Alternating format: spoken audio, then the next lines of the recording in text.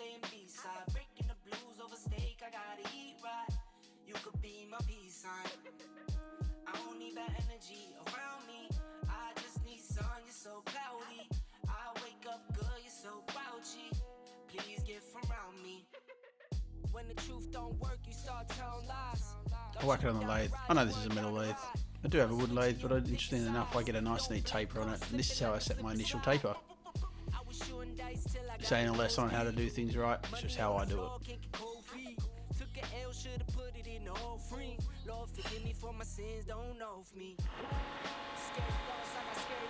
Because I set the initial taper, you can see there's a bit of crap on the side of that. It's actually where I've got a little bit of chip out, which is annoying, but being the person who cast handle, I just put a little bit more in and refilled it.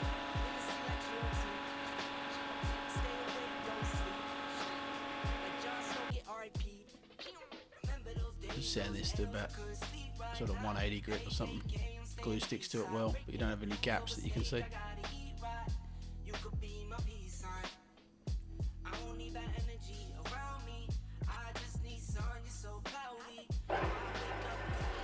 The reason why I'm winding, seems like I'm winding forever to get this down here, is because I've set this depth on the bottom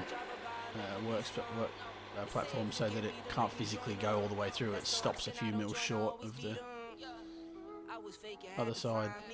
Now I'm on B skating like I'm grinding. L hit me, said it's all about the timing. If you want the vision, get to spinning. My mama told me trust in God, it's never limits. Now I'm on the scoreboard, running up the digits. I put in work, you know I'm up to get it. Early bird gets the worm and the Yankee fitted. Like, whoa, bags under my eyes. This is just my way of doing it. Some guys do this on a mill. I just use a drill bit the next size down, smaller than whatever the tang is on the knife that I'm making, and just essentially stitch drill it. So I know that it's a little bit smaller, and then I can just clean it up with a file, and it's perfect.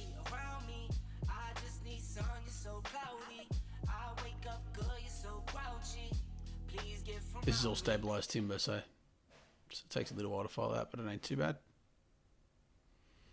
This is done by eye, and that's because this is my natural skill. Being a builder, I'm someone who can kind of look at it and says that's straight or not, but it'd be pretty easy to get this line straight using a jig or something. So I use Rhino Wet for all my steel. It's not the cheapest sandpaper in the world, but in my opinion, it's the best sandpaper I've ever used for steel. Like they always say about sandpaper, treat it like it's free. As soon as it stops working, bin it. This knife I chose to only go up to 400 grit. I'm happy with that. Gives a reasonably good food release, and if you get a nice neat sand, it doesn't make any difference if it's 400 grit or 1000 grit really, unless you're trying to go for a polish, in my opinion.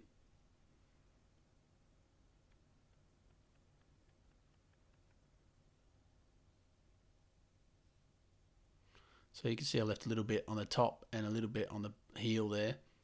That is a tip that I got given some time ago by a good maker in Australia. And the reason I do that is so when you're hand sanding, you don't wash the tip out and end up with that really odd thin point that some people get, and the same with the heel. And it just means you can grind the blade and then just take that last little bit off that does get washed out, which is perfect for me every time. Actually, really happy. It was a great tip.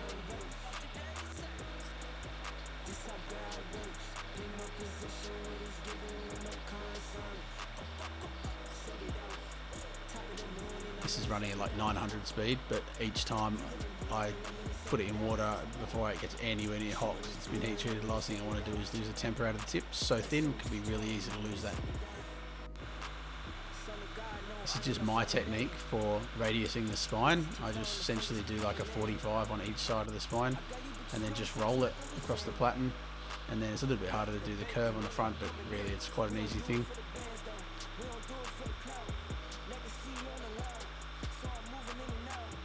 Same thing here.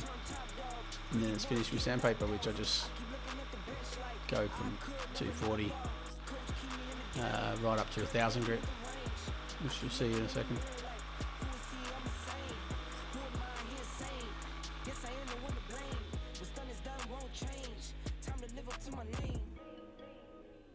Real will be real, fake gon' fall. Took time with this here, I'm made for a while. No sleep in the while, I won't fall. I just essentially do the 240 until there's no flat spots. And then you can start moving up, knowing that you're not going to end up with any odd bits that don't shine up when you want them to.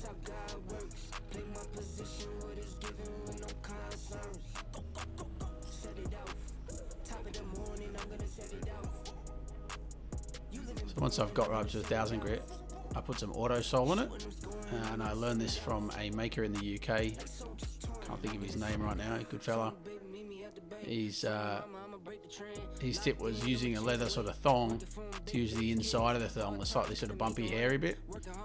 And I'd been doing it for a while with the other side, but actually he was right. Man, it brings up a polish real fast. It's an excellent, excellent way of doing it.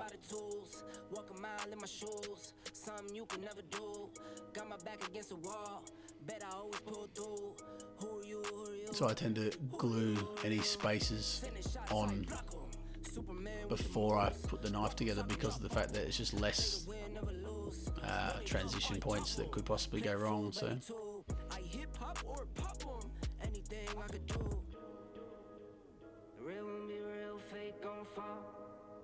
took time with this here, I made for a while. No sleep in the while, I won't fall. No sleep in the so a couple of dobs of super glue, and then I assemble my knife as I would. Everything's marked top and bottom, so I know where everything is. Put it together, and then I'm able to just separate it up and clean it all up on the grinder.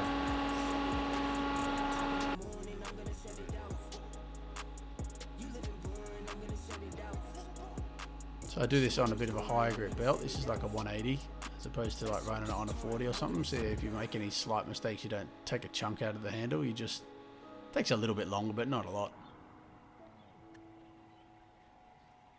If you like this video, thanks very much for watching, and like and subscribe, and find the TFS Knife Maker Challenge on Facebook.